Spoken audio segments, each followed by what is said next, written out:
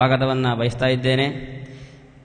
ಈ ಜ್ಞಾನಯಜ್ಞಕ್ಕೆ ಶ್ರೋತೃಗಳಾಗಿ ಬಂದಿರುವಂತಹ ತಮಗೆಲ್ಲರಿಗೂ ಕೂಡ ಶ್ರೀಮಠದ ಪರವಾಗಿ ಸ್ವಾಗತವನ್ನು ಬಯಸ್ತಾ ಆಚಾರ್ಯರಲ್ಲಿ ಪ್ರಾರ್ಥನೆ ಮಾಡ್ತೇನೆ. ಗರುಡ ಪುರಾಣದ ಪ್ರವಚನವನ್ನು ನಡೆಸಿಕೊಡಬೇಕು ಅಂತ ಕೇಳಿಕೊಳ್ತೇನೆ.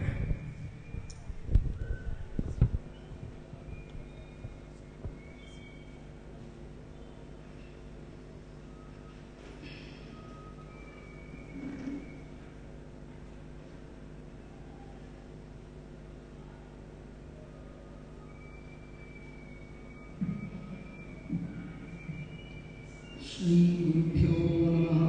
हरिः ओम्।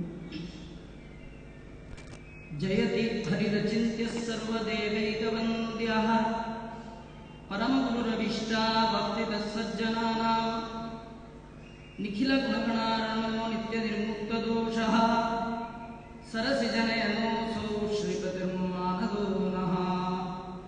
बुद्धिर्बलं यशोधैर्यं निर्भयत्वम् अरोगता अजाड्यं वाक्पटुत्वं च हनुमत्स्मरणात् भवेत्। भवति यदनुभावात् एडं कोऽपि वाग्मी जडमतिरपि जन्तुर्जायते प्राज्ञमौलिः।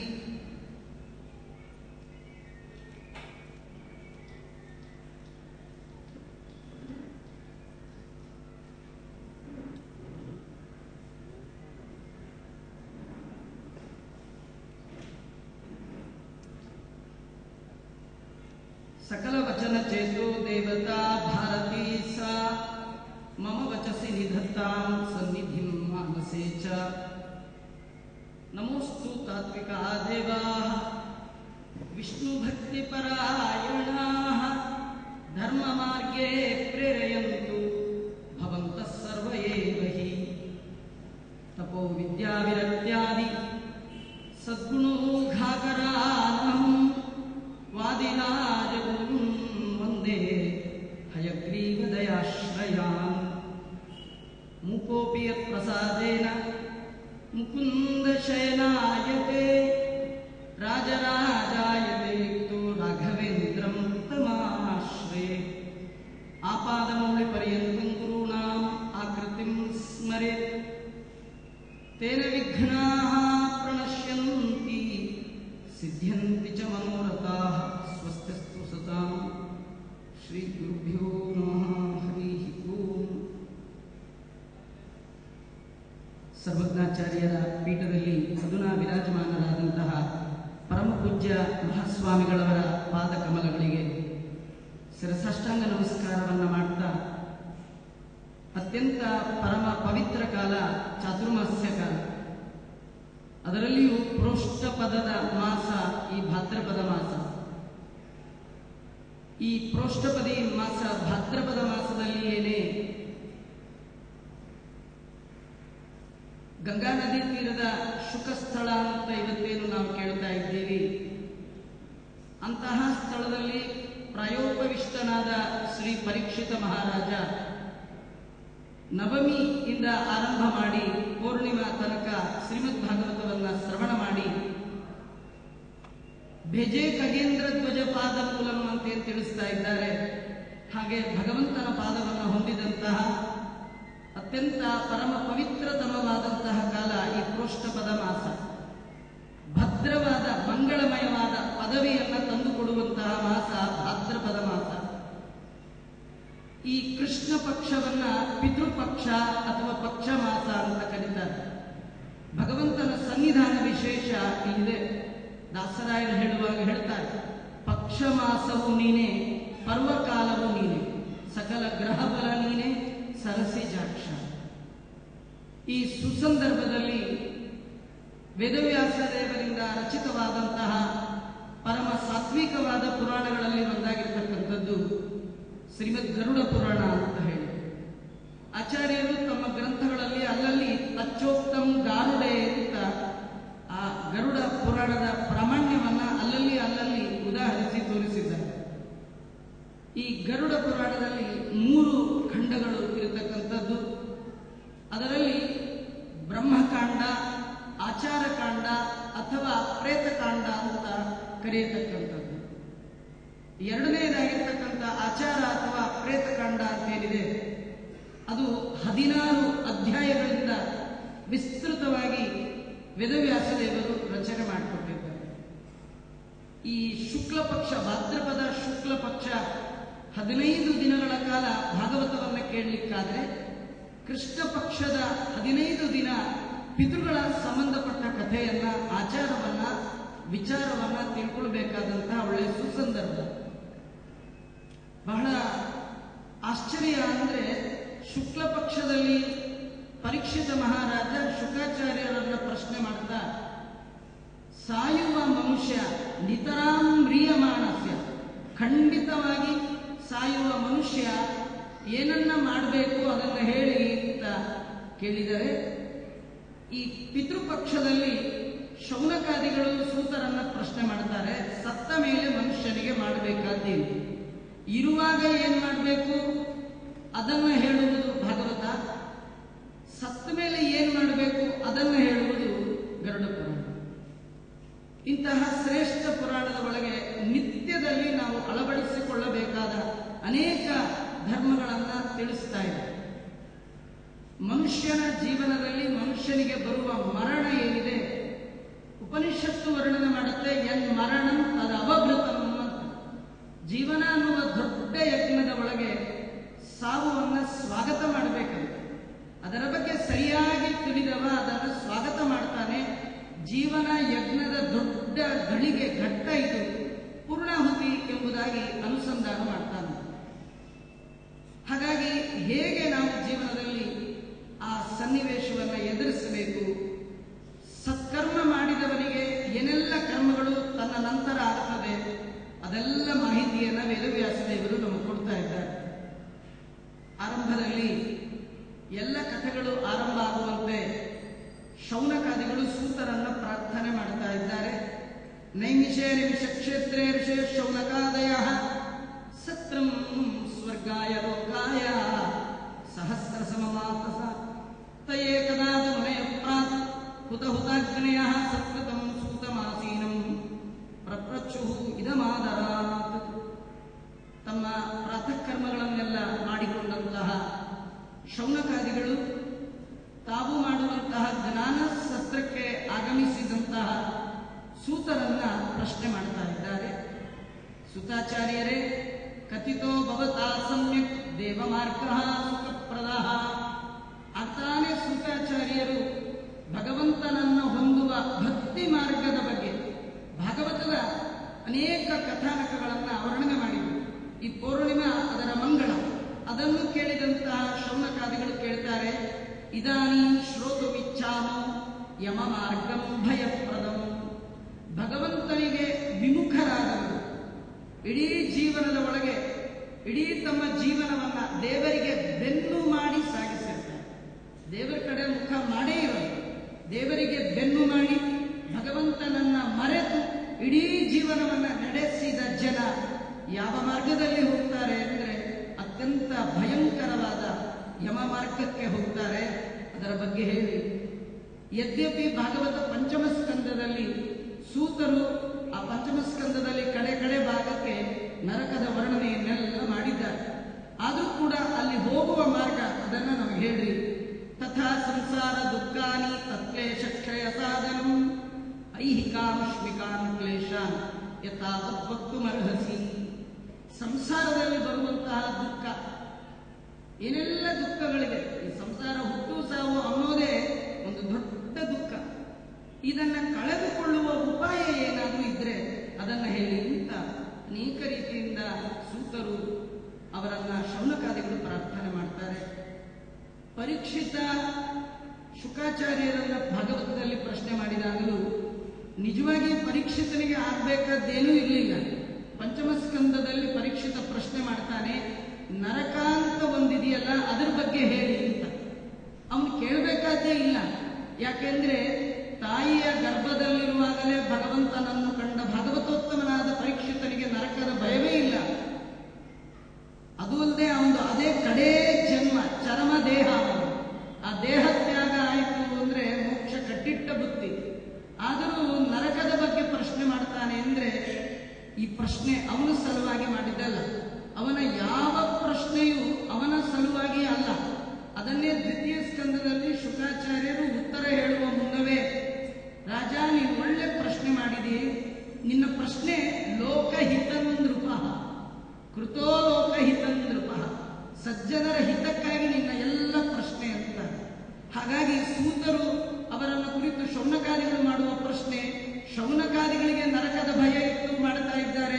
ಇದು ಅವರಿಗೆ ಸಂಬಂಧಪಟ್ಟದ್ದು ನಮಗೆ ಸಂಬಂಧಪಟ್ಟದ್ದಲ್ಲ ಅಂತ ಹೀಗೆ ತಿಳ್ಕೊಳ್ಬಾರ್ದು. ಯಾವಾಗಲೂ ಕೇಳುವವರು ಹೇಳುವ ಕೇಳುವ ವಿಷಯ ನಮಗೆ ಸಂಬಂಧಪಟ್ಟಿದ್ದು ಅನ್ನುವ ಸಂಬಂಧವನ್ನು ಅರಿತಾಗ ಮಾತ್ರ ಅದರ ಒಳಗೆ ಆಸಕ್ತಿ ಬರಲಿಕ್ಕೆ ಸಾಧ್ಯ. ಹೀಗಾಗಿ ಶೌನಕರ ಪ್ರಶ್ನೆಗೆ ಉತ್ತರವನ್ನು ಕೊಡ್ತಾ ಸೂತಾಚಾರ ಅಂತಾರೆ, ಅಪ್ಪ, ಅತ್ಯಂತ ದುರ್ಗಮವಾದಂತಹ ಯಮನ ಮಾರ್ಗದ ಬಗ್ಗೆ ನಾನು ನಿಮಗೆ ತಿಳಿಸ್ತೀನಿ ಕೇಳಿ. ಯಮನ ಮಾರ್ಗ ಅಂದ್ರೆ ಎಲ್ಲರಿಗೂ ದುಃಖ ಅಲ್ಲ, ಕೆಲವರಿಗೆ ಮಾತ್ರ ದುಃಖ. ಯಾರಿಗೆ ಸುಖಪ್ರದ? ಸುಖದಂ ಪುಣ್ಯಶೀಲಾನಾಂ ಪಾಪೀನಾಂ ದುಃಖದಾಯಕಂ ಯಥಾ ವಿಷ್ಣುನಾ ಪ್ರೋಕ್ತಂ ವೈನತೇಯಾಯ ಪೃಚ್ಛತೆ ತಥೈವ ಕಥಯಿಷ್ಯಾಮಿ ಸಂದೇಹ ಛೇದನಾಯ. ಹೇಗೆ ಗರುಡ ಭಗವಂತನನ್ನ ಪ್ರಶ್ನೆ ಮಾಡಿದಾಗ ಭಗವಂತನಾದ ನಾರಾಯಣ ಗರುಡನಿಗೆ ಹೇಗೆ ಹೇಳಿದ್ನು ಅದನ್ನ ನಾನು ನಿಮಗೆ ಹಾಗೆ ಹೇಳ್ತೇನೆ ಅಂತ. ಸೂತರು ಶೌನಕಾದಿಗಳಿಗೆ ಯಾವುದೇ ಪುರಾಣ ಹೇಳುವಾಗಲೂ ಹೀಗೆ ಹೇಳ್ತಾರೆ, ವ್ಯಾಸೇನ ಅಮಿತ ತೇಜಸ, ವೇದವ್ಯಾಸದೇವರ ಮುಖಕಮಲದಿಂದ ನಾ ಏನು ಕೇಳಿದ್ದೇನೋ ಅದನ್ನೇ ಹೇಳ್ತೇನೆ, ಅಥವಾ ಭಗವಂತನಿಂದ ಏನು ಕೇಳಿದ್ದೇನೋ ಅದನ್ನೇ ಹೇಳ್ತೇನೆ, ಹಾಗೆ ಹೇಳ್ತೇನೆ ಅಂತ. ನೀವು ಕೇಳುವವರು ಮಾತ್ರ ಸಾವಧಾನ ಮನಸ್ಸು, ಸಮಾಧಾನ ಮನಸ್ಸಿನಿಂದ ಕೇಳಿ. ಈ ಕೇಳುವವರು ಬರೀ ಕೇಳಲಿಕ್ಕೆ ಕೂತ್ರೆ ಸಾಲದು. ಈ ಕೇಳೋದ್ರೊಳಗೆ ಬಹಳ ಹಂತ ಇದೆ. ಕೇಳುವಾಗ ನಾವು ಹೇಳಿದ್ದು ನಿಮಗೆ ತಿಳಿಬೇಕು, ತಿಳಿದ್ರೆ ಸಾಲದು. ಕೇಳೋ ಕಾಲಕ್ಕೆ ತಿಳಿದಿರುತ್ತೆ, ತಿಳಿದದ್ದು ತಲೆ ಒಳಗೆ ಇಳಿಬೇಕು, ಇಳಿದದ್ದು ಸಾಲದು, ಇಳಿದದ್ದು ತಲೆ ಒಳಗೆ ಉಳಿಬೇಕು, ಉಳಿದಿದ್ರು ಸಾಲದು. ಸಾಯೋ ಕಾಲದಲ್ಲಿ ಹೊಳಿಬೇಕು. ಜನ್ಮ ಲಾಭ ಪರಪುಂಸ ಅಂತ್ಯೇ ನಾರಾಯಣ ಸ್ಮೃತಿ. ಇಡೀ ನಿಮ್ಮ ಜೀವನದ ಉದ್ದಕ್ಕೆ ಮಾಡಿದ ಶ್ರವಣದ ಫಲ ಏನಂದ್ರೆ ಅಂತ್ಯೇ ನಾರಾಯಣ ಸ್ಮೃತಿ, ಸ್ಮರಣೆ. ಅದನ್ನೇ ಕನಕದಾಸರಂತಾರೆ, ಶರಣು ಹೊಕ್ಕೆನೆಯ್ಯ ನಿನ್ನ ಮರಣ ಸಮಯದಲ್ಲಿ ಎನ್ನ ಚರಣ ಸ್ಮರಣೆ ನೀ ಕರುಣಿಸಯ್ಯ ನಾರಾಯಣ. ನೀನು ಕರ್ಣಿಸಿದ್ರೆ ಉಂಟು, ಇಲ್ಲದೇ ಇರಲಿಲ್ಲ. ನಾನು ತುಂಬಾ ಪುರಾಣ ಕೇಳಿದ್ದೇನೆ, ನಾನು ತುಂಬಾ ಪುರಾಣ ಹೇಳಿದ್ದೇನೆ, ನಾನು ತುಂಬಾ ದಾನ ಮಾಡಿದ್ದೇನೆ, ನಾನು ತುಂಬಾ ಧರ್ಮ ಮಾಡಿದ್ದೇನೆ, ಇವ್ಯಾವ ಲೆಕ್ಕಕ್ಕೆ ಬರಲ್ಲ. ಏಷಾಂ ನ ವಿದ್ಯ ನ ತಪೋ ನ ದಾನ ತೇ ಮರ್ತ್ಯಲೋಕೆ ಭುವಿ ಭಾರಭೂತ ಮನುಷ್ಯ ರೂಪೇಣ ಮೃಗ ಚರಂತಿ. ಮನುಷ್ಯ ರೂಪದ ಮೃಗ ಭಗವಂತ ಕೊಟ್ಟರು, ಉಂಟು, ಇಲ್ಲದೇ ಇರಲಿಲ್ಲ. ಹಾಗಾಗಿ ಕೇಳಬೇಕು, ಕೇಳಿ ತಿಳಿಬೇಕು, ತಿಳಿದದ್ದು ಇಳಿಬೇಕು, ಇಳಿದದ್ದು ಉಳಿಬೇಕು, ಉಳಿದದ್ದು ಹೊಳಿಬೇಕು. ರಾಜರು ಹೇಳ್ತಾರೆ, ವಿಸ್ಮೃತವು ಸ್ಮಾರಕಾಯ. ನಾವು ಕೇಳಿದ್ದೆಲ್ಲ ನಮ್ಮ ತಲೆ ಒಳಗಿರಲ್ಲ, ಮರ್ತು ಹೋಗುತ್ತೆ. ಅದನ್ನ ಸ್ಮರಣೆಗೆ ತಂದು ಕೊಡುವವ ಹಯವದನ. ಆ ಭಗವಂತ ನೀನು ಕೊಟ್ಟರೆ ಉಂಟು, ಇಲ್ಲದೇ ಇದ್ರಿಲ್ಲ ಅಂತ. ಹಾಗಾದ್ರೆ ಸುಖದಂ ಪುಣ್ಯಶೀಲಾನಾಂ ಪಾಪೀನಾಂ ದುಃಖದಾಯಕಂ. ವಿಷ್ಣುವಿನಿಂದ ಕೇಳಿದ್ದನ್ನ ನಾನು ನಿಮ್ಗೆ ಹೇಳ್ತೇನೆ. ಈ ಪುರಾಣಕ್ಕೆ ಗರುಡ ಪುರಾಣ ಅಂತ ಬರಲಿಕ್ಕೆ ಕಾರಣ, ಗರುಡ ಕೇಳಿದ, ಭಗವಂತ ಹೇಳಿದ, ಭಗವಂತ ಗರುಡನಿಗಾಗಿ ಹೇಳಿದ ಕಾರಣ ಇದಕ್ಕೆ ಗರುಡ ಪುರಾಣ ಅಂತ ಹೆಸರು ಬಂದಿದೆ.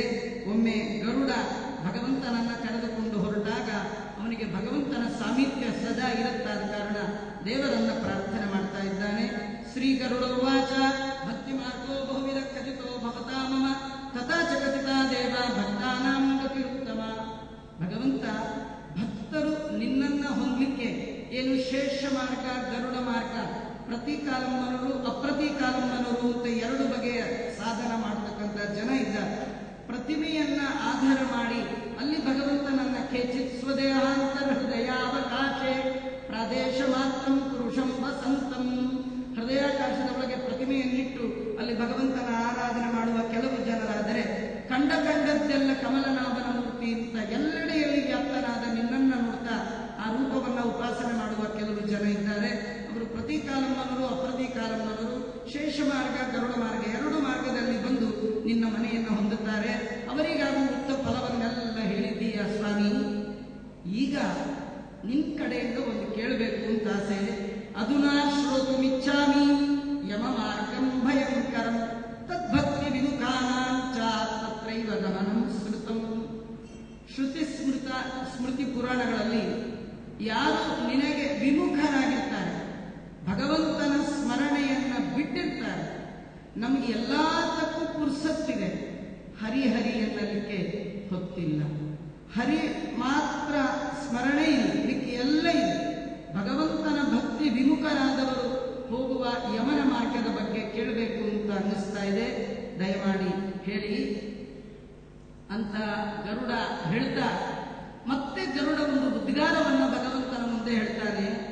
ಸುಗಮಂ ಭಗವನ್ನಾಮ ಜಿಹ್ವಾಶ ವಶವರ್ತಿನಿ ತಥಾಪಿ ನರಕಮ್ಯಾತಿ ದಿಗ್ದಿಗಸ್ತು ನರಾಧಮ.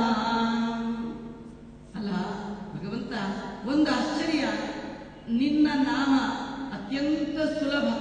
ಸುಲಭನೋ ಹರಿ, ಭಗವಂತನ ನಾಮ ಸುಲಭ. ದೇವರನ್ನ ಒಲಿಸ್ಕೊಳ್ಳೋದು ಸುಲಭ. ಒಟ್ಟು ದೇವರ ಹೆಸರೇ ಸುಲಭ.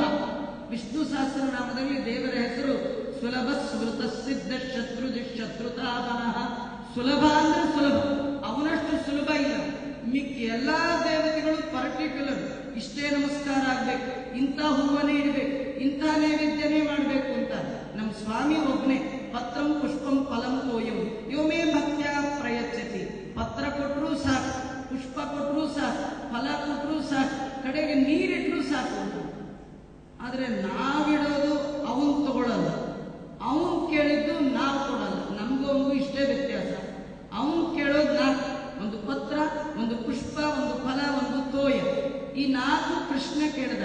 ನಾವು ಆ 4 ಬಿಟ್ಟು ಮಿಕ್ಕೆಲ್ಲ ಕೊಡ್ತೇವೆ. ನಾವು ಅನ್ಕೊಂಡಿದೀವಿ ಪತ್ರ ಅಂದ್ರೆ ತುಳಸಿ ಪತ್ರ ಅಂತ.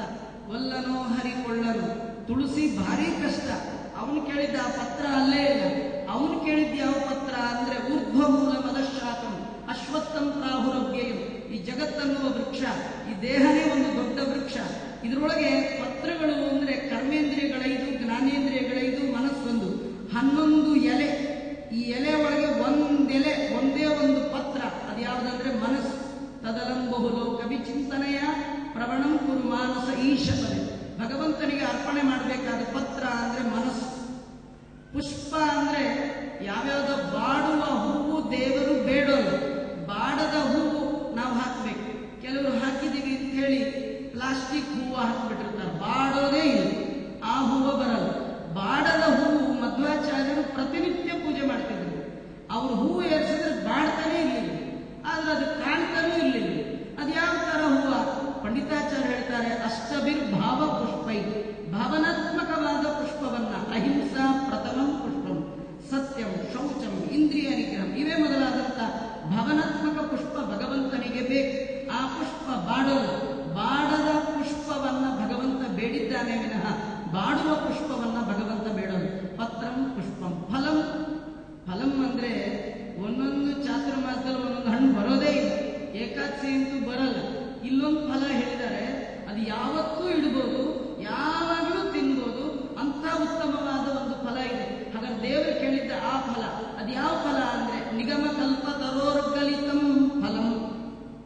ಭಾಗವತ ದೇವರ ಪೂಜೆ ಮಾಡುವ ಕೃಷ್ಣನ ಮುಂದೆ ಒಂದೇ ಒಂದು ಭಾಗವತ ಶ್ಲೋಕ ಹೇಳಿದ್ರೆ ಸಾಕು. ನಿನ್ನೆ ತನಕ ಪರಮ ಪೂಜ್ಯ ಶ್ರೀಪಾದಗಳ ಉಪನ್ಯಾಸ ಕುಂತಿ ಸ್ತೋತ್ರ ಮಾಡುವಾಗ ಅವಳೊಂದು ಸ್ತೋತ್ರ ನಮಗೆಲ್ಲ ಬರುತ್ತದು. ಆದ್ರೆ ಕುಂತಿ ಮಾಡಿದ್ದು ಭಾಗವತದ್ದು ಅನ್ನೋ ನೆನಪಿನಿಂದ ಹೇಳಿದ್ರು. ಕೃಷ್ಣಾಯ ವಾಸುದೇವಾಯ ದೇವಕಿ ನಂದನಾಯ ಚ ನಂದ ಗೋಪಕುಮಾರಾಯ ಗೋವಿಂದಾಯ ನಮೋ ನಮಃ. ದೇವ ಮುಂದೆ ಈ ಶ್ಲೋಕ ಹೇಳ್ಬಿಟ್ರೆ ದೊಡ್ಡ ಹಣ್ಣಿಟ್ಟಾಗ ಖುಷಿ. ಪತ್ರ ಇಡ್ಬೋದು, ಪುಷ್ಪ ಇಡ್ಬೋದು, ಫಲ ಇಡ್ಬೋದು, ನೀರಿಡೋದೇ ಪ್ರಾಬ್ಲಮ್. ನೀರು ಬಹಳ ಕಷ್ಟ.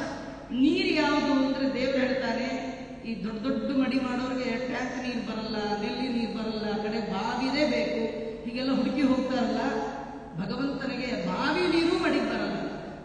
ನಾನೇ ಒಂದು ನೆಲ್ಲಿ ಇಟ್ಟಿದ್ದೀನಿ, ನಾನೇ ಒಂದು ಟ್ಯಾಪ್ ಇಟ್ಟಿದ್ದೀನಿ, ಆ ನೀರು ನನಗೆ ಕೊಡಬೇಕು ಅಂತ. ಅದು ಎಲ್ಲಿದೆ ಅಂತ ಟ್ಯಾಪ್ ಹುಡುಕೋಷ್ಟರೊಳಗೆ ನಮ್ಮ ಆಯುಷ್ಯವೇ ಮುಗಿದು ಬಿಡುತ್ತೆ. ಜೀವನದ ಒಳಗೆ ಕಡೆಗಾಲಕ್ಕಾದರೂ ಆ ಟ್ಯಾಪ್ ಹುಡುಕಬೇಕು, ಆ ನೆಲ್ಲಿನ ಹುಡುಕಬೇಕು. ಯಾವುದು ಆ ನೆಲ್ಲಿ ಅಂದ್ರೆ ನಮ್ಮ 2 ಕಣ್ಣುಗಳೇ. ಭಗವಂತನ ಕತೆ ಕೇಳ್ತಾ ಕೇಳ್ತಾ ಕೇಳ್ತಾ ರೋಮಾಂಚನವಾಗಿ ಕಣ್ಣಿನಲ್ಲಿ ನೀರು ತುಂಬಿ ಒಂದು ಡ್ರಾಪ್ ನೀರು ಬಂದ್ರೆ ಅದನ್ನ ಕೃಷ್ಣಾರ್ಪಣ ಅಂತ ಅರ್ಪಣೆ ಮಾಡಬೇಕು. ದೇವರ ಹೆಸರಲ್ಲಿ ಕುಣಿತ ಕುಣಿತ ಮೈ ಬೆವರು ಬಂದ್ರೆ ಕೃಷ್ಣಾರ್ಪಣ ಅಂತ. ಪತ್ರಂ ಪುಷ್ಪಂ ಫಲಂ ತೋಯಂ ಯೋಮೇ ಭಕ್ತ್ಯ ಪ್ರಯಚ್ಛತಿ. ಭಗವಂತ ಇಷ್ಟು ಸುಲಭ. ನನಗಾಗಿ ನೀವು ಹೊಸದು ಏನು ಮಾಡಬೇಡಿ, ಏನಿದೆ ಅದನ್ನೇ ಕೊಡಿ. ನೀವೇನು ಕೊಟ್ಟರು ಅದನ್ನ ನಾನು ಸ್ವೀಕಾರ ಮಾಡ್ತೇನೆ. ಸ್ವಲ್ಪ ಮಪ್ಯಸ್ಯ ಧರ್ಮಸ್ಯ ತ್ರಾಯತೆ ಮಹತೋದ್ಭಯ. ನೀವು ಕೊಡೋದು ಸ್ವಲ್ಪ ಕೊಟ್ಟರು ಸಾಕು. ನಾನು ನಿಮ್ಮನ್ನು ಉದ್ಧಾರ ಮಾಡ್ತೀನಿ. ಇಷ್ಟು ಸುಲಭ ನಿನ್ನ ನಾಮ. ನೋಡಿ, ಬೇರೆ ಬೇರೆ ಮತದವರ ದೇವತೆಗಳ ಹೆಸರು ಪ್ರೊನೌನ್ಸಿಯೇಷನ್ ಮಾಡಲಿಕ್ಕೆ ಕಷ್ಟ. ನಮ್ಮ ಭಗವಂತನ ಹೆಸರು ಹೇಳೋದು ಬಹಳ ಸುಲಭ. ಕೇಶವ, ಮುಕುಂದ, ಮುರಾರಿ, ಅಚ್ಯುತ, ಅನಂತ, ಗೋವಿಂದ, ಒತ್ತಕ್ಷರ ಎಲ್ಲ ಏನಿಲ್ಲ. ಕೃಷ್ಣ ಏನ್ ಗಂಟ ಹೋಗತ್ರಿ, ಎಷ್ಟು ಸುಲಭ, ಎಷ್ಟು ಸುಲಭವಾದ ನಿನ್ನ ನಾಮ. ಅಲ್ಲ, ನಾಮ ಏನು ಸುಲಭ ಆಚಾರ್ಯ, ನಾಲ್ಗೆ ನಮ್ಮ ಹತ್ರ ಇರಲಿಲ್ಲ ಅನ್ನೋ ಹಾಗೂ ಇಲ್ಲ, ನಾಲ್ಗೆನೂ ನಿಮ್ಮ ಹತ್ರನೇ ಇತ್ತು. ನೋಡಿ, ಹಿರಣ್ಯ ಕಶ್ಯಪನ ಕಾಲದಲ್ಲಿ ದೇವರ ನಾಮ ಹೇಳಿದ್ರೆ ಭಾರಿ ಕಷ್ಟ, ಒಳಗೆ ಹಿಡಿದು ಜೈಲಿಗೆ ಹಾಕ್ಬಿಡ್ತಿದ್ದ. ಏನೋ ನಿಮ್ಮ ಪುಣ್ಯ, ದೇವರ ನಾಮ ಹೇಳಿದ್ರೆ ಯಾರು ಟ್ಯಾಕ್ಸ್ ಇಲ್ಲ, ಏನು ಜೈಲಿಗೂ ಹಾಕಲ್ಲ, ಏನೂ ಪ್ರಾಬ್ಲಮ್ ಇಲ್ಲ. ಭಗವಂತನ ನಾಮ ಇದೆ, ನಾಲಿಗೆ ಇದೆ, ಇಷ್ಟಿದ್ರೂ ಕೂಡ ನರಕಕ್ಕೆ ಹೋಗ್ತಾ ಇದ್ದಾರಲ್ಲ ಅಂತ ಮನುಷ್ಯರಿಗೆ ಧಿಕ್ಕಾರ ಇರಲಿ. ಭಗವಂತನ ನಾಮಸ್ಮರಣೆ ಸದಾ ಮಾಡಬೇಕು. ಅದಕ್ಕೆ ಆಚಾರ್ಯರಂದದ್ದು ಸಂತತಂ ಚಿಂತೆಯೇನಂತಂ ಅಂತ್ಯಕಾಲೇ ವಿಶೇಷತ. ಅದನ್ನೇ ಕನ್ನಡದಲ್ಲಿ ಹರಿದಾಸರಂತಾರೆ, ಹರಿಭಜನೆ ಮಾಡೋ ನಿರಂತರ, ಯಾವಾಗಲೂ ಮಾಡ್ತಾ ಇರ್ಬೇಕಂತ. ಯಾವಾಗಲೂ ಮಾಡ್ತಾ ಇದ್ರೆ ಅಂತ್ಯಕಾಲೇ ವಿಶೇಷತ. ಅವನೇ ನಿಮಗೆ ತನ್ನ ನಾಮವನ್ನ ನಾಲಿಗೆಯಲ್ಲಿ ನುಡಿಸ್ತಾನೆ. ಇಂಥ ಭಗವಂತನ ನಾಮವನ್ನು ಹಾಡದ, ಪಾಡದ, ಕೊಂಡಾಡದ ಆ ಮನುಷ್ಯರಿಗೆ ಧಿಕ್ಕಾರ ಇರಲಿ. ಇಂಥ ಗರುಡರು ಭಗವಂತನ ನಾಮದ ಮಹಿಮೆಯನ್ನ, ನಾಲಿಗೆ ಸಾಧನೆಯ ಅಂಗವನ್ನ ಅವರು ಉಚ್ಚಾರ ಮಾಡಿ ಹೇಳುವ ಕಾಲಕ್ಕೆ ಭಗವಂತ ಅಂತಾನೆ, ವಕ್ಷೇಹಂ ಸುಡು ಪಕ್ಷೀಂದ್ರ ಯಮ ಮಾರ್ಗಂಚ ಏನೆಯೇ ನರಕೆ ಪಾಪಿನೋ ಯಾಂತಿ ಶೃಣ್ವತಾಮಪಿ ಭೀತಿದಂ. ನನ್ನ ವಿಮುಖರಾಗಿ, ಭಗವದ್ ವಿಮುಖರಾಗಿ ಹೊರಟವರು ಭಯಂಕರವಾದ ಯಮನ ಮಾರ್ಗದಲ್ಲಿ ಹೋಗ್ತಾರಲ್ಲ, ಅದನ್ನು ಹೇಳ್ತೇನೆ, ಕೇಳಿದ್ರೇನೆ ಭಯ ಆಗತ್ತೆ, ಹೋಗೋದ ಮೇಲೆ ಅಷ್ಟು ಭಯಂಕರವಾಗಿರ್ತಕ್ಕಂಥದ್ದು. ಯೇ ಹಿ ಪಾಪ ತತ್ತಾರ್ಕ್ಷ ದಯಾಧರ್ಮ ವಿವರ್ಜಿತ ದೃಷ್ಟ ಸಂಗಾತ ಸಚ್ಚಾಸ್ತ್ರ ಸತ್ಸಂಗತಿ ಪರಾಂಗುಕ. ಮೊದಲು ಈ ಮಾರ್ಗದಲ್ಲಿ ಯಾರ್ಯಾರು ಹೋಗ್ತಾರೆ ಹೆಡ್ಡಿಂಗ್ ಹೇಳ್ತೀನಿ ಕೇಳಿ. ಯಾರು ಸದಾ ಪಾಪರತರು, ಸದಾ ಪಾಪ ಮಾಡಿಕೊಂಡೇ ಬದುಕಿರ್ತಾರೆ. ಅಲ್ಲ, ನಾವು ದಿನ ದೇವ್ರ ಮುಂದೆ ಹೇಳೋದೇ ಆ ಮಂತ್ರ ನೋಡಿ, ಪಾಪೋಹಂ ಪಾಪಕರ್ಮಾಹಂ ಪಾಪಾತ್ಮ ಪಾಪ ಸಂಭವ. ನಾವು ಹುಟ್ಟಿದ್ದೇ ಪಾಪಕರ್ಮದಿಂದ, ಮಾಡ್ತಿರೋದೇ ಪಾಪಕರ್ಮ. ಅದನ್ನು ಡೈಲಿ ಆಗಾಗ ತಪ್ಪು ಸಾಸಿರವ ಒಪ್ಪಿಕೊಳ್ಳುವ ನಮ್ಮಪ್ಪನಲ್ಲವೇ ನೀನು, ಒಪ್ಪಿದ ಬಳಿಕ ಇನ್ನು ಎನ್ನ ಅವಗುಣಗಳ ಎಣಿಸದೆ ತಿಮ್ಮಪ್ಪ ಕಾಯ ನೀನು. ನಾವು ತಪ್ಪು ಮಾಡೋದು ತಪ್ಪಲ್ಲ, ತಪ್ಪನ್ನ ಒಪ್ಪಿಕೊಳ್ಳದೆ ಇರೋದೇ ದೊಡ್ಡ ತಪ್ಪು. ನೀವು ದೇವರ ಮುಂದೆ ತಪ್ಪನ್ನ ಒಪ್ಕೊಂಡ್ಬಿಟ್ರೆ ಸಾಕು, ದೇವರು ಅಲ್ಲೇ ಕ್ಷಮಾ ಮಾಡ್ಬಿಡ್ತಾನಂತೆ. ಬೇಕಾದ ಪಾಪ ಮಾಡಿರಲಿ, ನನ್ನ ಮುಂದೆ ಒಪ್ಕೊಂಡ್ರೆ ಸಾಕು. ದೊಡ್ಡವರ ಮುಂದೆ ಗಟ್ಟಿಯಾಗಿ ಹೇಳಬೇಕು, ನಾನು ತಪ್ಪು ಮಾಡಿದ್ದೇನೆ, ನನ್ನ ಕ್ಷಮಾ ಮಾಡಿ. ಎಷ್ಟೋ ಬಾರಿ ಮಾಡಿದ ಪಾಪಗಳಿಗೆ ಪ್ರಾಯಶ್ಚಿತ್ತ ಮಾಡಿಕೊಂಡ್ರೂ ಪಾಪಗಳು ಹೋಗಲ್ಲ. ಬ್ರಾಹ್ಮಣರಿಗೆ ದಾನ ಧರ್ಮ ಮಾಡಿ ಅವರ ಬಾಯಿಂದ ಹೇಳಿಸ್ಕೋಬೇಕು, ನೀವು ಹೇಳಿ ಹೋಯ್ತು ಅಂತ ಅನ್ನಿ ಸಾಕನ್ಬೇಕು. ದೊಡ್ಡವರ ಬಾಯಲ್ಲಿ ಅಂದ್ಬಿಟ್ರೆ ಸಾಕು. ವಿಪ್ರವಾಕ್ಯೋ ಜನಾರ್ದನ, ಬ್ರಾಹ್ಮಣರ ಬಾಯಿಂದ ಬಂದ್ರೆ ಪರಿಪೂರ್ಣವಾಗಿ ಆ ಪಾಪಗಳ ಪರಿಹಾರ ಪ್ರಕ್ಷಾಳನ ಆಗ್ತಾ ಇದೆ. ತಪ್ಪು ಮಾಡೋದು ಅನಿವಾರ್ಯ, ತಪ್ಪನ್ನ ಒಪ್ಪಿಕೊಳ್ಳದೆ ಬದುಕೋದು ಅನಿವಾರ್ಯ ಅಲ್ಲ. ತಪ್ಪನ್ನ ತಿಳಿದು ಭಗವಂತನ ಮುಂದೆ ಒಪ್ಪಿಕೊಳ್ಬೇಕು. ಅದಕ್ಕೆ ನಮ್ಮಲ್ಲಿ ಹಿರಿಯರು ದಿನಾ ನಮಸ್ಕಾರ ಮಾಡುವಾಗ ದೇವರ ಮುಂದೆ ಇದನ್ನು ಹೇಳಲಿಕ್ಕೆ ಹೇಳಿದ್ದಾರೆ. ಪಾಪೋಹಂ ಪಾಪಕರ್ಮಾಹಂ ಪಾಪಾತ್ಮ ಪಾಪ ಸಂಭವ ತ್ರಾಹಿಮಾಂ ಕೃಪಯಾ ದೇವ ಶರಣಾಗತ ವತ್ಸಲ. ಯಾರು ನಿನ್ನಲ್ಲಿ ಶರಣು ಬರ್ತಾರೆ ಅವರ ಮೇಲೆ ಕಾರುಣ್ಯದ ಹರಿವನ್ನ ಹರಿಸುವ ಹರಿಯೇ, ನನ್ನ ತಪ್ಪುಗಳನ್ನು ಮನ್ನಿಸಿ ನನ್ನನ್ನು ಉದ್ಧಾರ ಮಾಡು ಎಂಬುದಾಗಿ ಭಗವಂತನನ್ನು ಪರಿಪರಿಯಾಗಿ ಪ್ರಾರ್ಥನೆ ಮಾಡಬೇಕಂತೆ. ಅದಕ್ಕೆ ಹೇಳ್ತಾರೆ, ಯಾರು ಪಾಪರತರಾಗಿರ್ತಾರೆ, ಯಾರಿಗೆ ದಯ ಇಲ್ಲ, ಭೂತ ದಯ ಯಾರಿಗಿಲ್ಲ, ಯಾರಿಗೆ ಧರ್ಮದ ಮೇಲೆ ವಿಶ್ವಾಸ ಇಲ್ಲ, ಧರ್ಮವನ್ನು ಬಿಟ್ಟಿರ್ತಾರೆ, ದೇವರನ್ನು ಬಿಟ್ಟಿರ್ತಾರೆ, ದುಷ್ಟ ಸಂಗಾಶ್ಚ ಅಯೋಗ್ಯರ ಸಹವಾಸ ಮಾಡ್ತಾ ಇರ್ತಾರೆ, ಸಚ್ಚಾಸ್ತ್ರ ಸತ್ಸಂಗತಿ ಪರಾಂಗುಕ. ಸಚ್ಚಾಸ್ತ್ರ ಸತ್ಸಂಗತಿ ಇದಂದ್ರೆ ಅವ್ರಿಗೆ ಆಗೋದೇ ಇಲ್ಲ. ಆತ್ಮ ಸಂಭಾವಿತ ಸ್ತಬ್ಧ ಧನಮಾನಮದಾನ್ವಿತ ಆಸುರಂಭಾವಮಾಪನ್ನ ದೈವಿ ಸಂಪದ್ವಿವರ್ಜಿತ. ಆತ್ಮ ಸಂಭಾವಿತರು, ನನ್ನ ಸಮ ಯಾರಿದ್ದಾರೆ? ಸಿದ್ಧೋಹಂ ಬಲವಾನ್ ಸುಖಿ ಆಡ್ಯೋ ಅಭಿಜನವಾನಸ್ಮಿ ಕೋನ್ಯೋಸ್ತಿ ಸದೃಶೋಮಯ. ಕೆಲವರಿಗೆ ದುರಹಂಕಾರ ಬಂದ್ಬಿಡ್ತಾರೆ ನೋಡಿ. ವಿದ್ಯೆ ಎರಡು ಕೊಡೋದು, ವಿದ್ಯೆ ಅಹಂಕಾರ ಕೊಡುತ್ತೆ, ವಿದ್ಯೆ ವಿನಯ ಕೊಡುತ್ತೆ. ಸರಿಯಾಗಿ ಓದ್ದ ಅಂದ್ರೆ ವಿನಯೋ ಹಿ ಭೂಷಯತಿ ಸರ್ವರಸಂ, ವಿದ್ಯಾ ದದಾತಿ ವಿನಯ, ವಿನಯ ಕೊಡುತ್ತೆ. ವಿದ್ಯೆ ರಿಲೀಸ್ ಮಾಡುವುದನ್ನ ಯಾವುದಂದ್ರೆ ಒಂದು ವಿನಯ, ಇನ್ನೊಂದು ಅಹಂಕಾರ. ಯಾರು ತನಗೆ ಸಮಯ, ಯಾರು ಓದ್ತಾ ಓದ್ತಾ ಓದ್ತಾ ತಿಳಿತಾ ತಿಳಿತಾ ತಿಳಿತಾ ತಿಳಿಲಾರದು ಎಷ್ಟಿದೆ ಅಂತ ತಿಳ್ಕೊಳ್ಳೋದೇ ತಿಳುವಳಿಕೆ. ತಿಳುವಳಿಕೆ ಅಂದ್ರೆ ತಿಳಿದದ್ದು ತಿಳುವಳಿಕೆ ಅಲ್ಲ, ನಾ ತಿಳಿಬೇಕಾದ ಇನ್ನೂ ಎಷ್ಟು ಉಳಿದಿದೆ ಅನ್ನೋದೇ ನಿಜವಾದ ತಿಳುವಳಿಕೆ. ಭಗವಂತನನ್ನ ತಿಳಿದವರೆಲ್ಲ ತಿಳಿದಿಲ್ಲ ಅಂತಾನೆ ತಿಳಿದಿದೆ, ನಾ ತಿಳಿದೆ ಅಂತ ಯಾರು ತಿಳಿಲೇ ಇಲ್ಲ. ಒಂದ್ಸತಿ ಪಾಂಡವರೆಲ್ಲ ಕೂತಿದ್ರು, ಕೃಷ್ಣ ಬಂದು ಕೂತ, ಭೀಮ ಕೃಷ್ಣಂಗ್ ಅಂದ, ಕೃಷ್ಣ ನೀನ್ ಯಾರು ತಿಳ್ಕೊಳಕ್ಕಾಗಲ್ಲ ಅಂತ ಅಂತಾರೆ, ನಾನು ನಿನ್ನನ್ನ ತಿಳ್ಕೊಂಡೆ. ಅದಕ್ಕೆ ಕೃಷ್ಣ ಕೇಳಿದ, ಭೀಮ ಏನ್ ತಿಳ್ಕೊಂಡೆ? ಭೀಮ ಅಂದ, ನೀನ್ ತಿಳಿಲಿಕ್ಕಾಗಲ್ಲ ಅಂತ ತಿಳ್ಕೊಂಡೆ. ಅದೇ ತಿಳುವಳಿಕೆ. ಕೆಲವರು ಚೂರು ಪಾರು ತಿಳಿದೆ ನನ್ ಸಮ ಯಾರು, ನಂಗೆಲ್ಲ ಬರುತ್ತೆ ಅಂತ ಹೀಗೆ ಹೊರಡ್ತಾರೆ. ಇದು ಆತ್ಮ ಸಂಭಾವಿತ ಸ್ತಬ್ಧ. ಸ್ತಬ್ಧ ಅಂದ್ರೆ ದೊಡ್ಡವರು ಬಂದಾಗ ಹಾಗೆ ಶಟದ್ ನಿಲ್ತಾನಲ್ಲ, ಅವನು ಸ್ತಬ್ಧ. ದೊಡ್ಡವರು ಬಂದ್ರೆ ಎರಡು, ಬಾಗುವ ಬಗ್ಗುವ ಬುದ್ಧಿ ಬೇಕು. ನೋಡಿ, ಸಮುದ್ರದ ಹತ್ರ ಎಲ್ಲ ನದಿಗಳು ಬಂದುವಂತ. ಸಮುದ್ರ ರಾಜ ನದಿಗಳನ್ನೆಲ್ಲ ಕೂಡಿಸಿ ಕೇಳಿದ್ದಂತೆ, ನೀವು ಪ್ರವಾಹ ಬಂದಾಗ ದೊಡ್ಡ ದೊಡ್ಡ ಮರ, ದೊಡ್ಡ ದೊಡ್ಡ ಮನೆ ಎಲ್ಲ ಹೊಡ್ಕೊಂಡು ನನ್ನ ಹತ್ರ ತರ್ತೀರಿ, ನೀವು ತರದೇ ಇರೋ ಒಂದು ಐಟಮ್ ಅಂದ್ರೆ ಗರ್ಕೆ ಹುಲ್ಲು ಯಾಕೆ ತಂದಿಲ್ಲ ಅಂತ ನದಿಗಳನ್ನ ಕೇಳಿದ್ರು. ಅದಕ್ಕೆ ನದಿಗಳು ಹೇಳಿದ್ವಂತೆ, ಅವು ಭಾರಿ ಬುದ್ಧಿವಂತ, ನಮ್ಮ ಪ್ರವಾಹ ಬಂದಾಗ ಬಗ್ಗು ಬಿಡುತ್ತವೆ, ನಾವು ಸುಮ್ಮನೆ ಹೊರಟೋಗ್ತೀವಿ, ಪ್ರವಾಹ ಆದ್ಮೇಲೆ ಎದ್ದು ನಿಂತ್ಕೊಳ್ಳುತ್ತವೆ, ನಾವೇನು ಮಾಡೋಕ್ಕಾಗಲ್ಲ. ಈ ಮನೆಗಳು ಮರಗಳು ಹೀಗೆ ನಿಂತಿರುತ್ತೆ, ಪ್ರವಾಹ ಕೊಚ್ಕೊಂಡು ಬಂದ.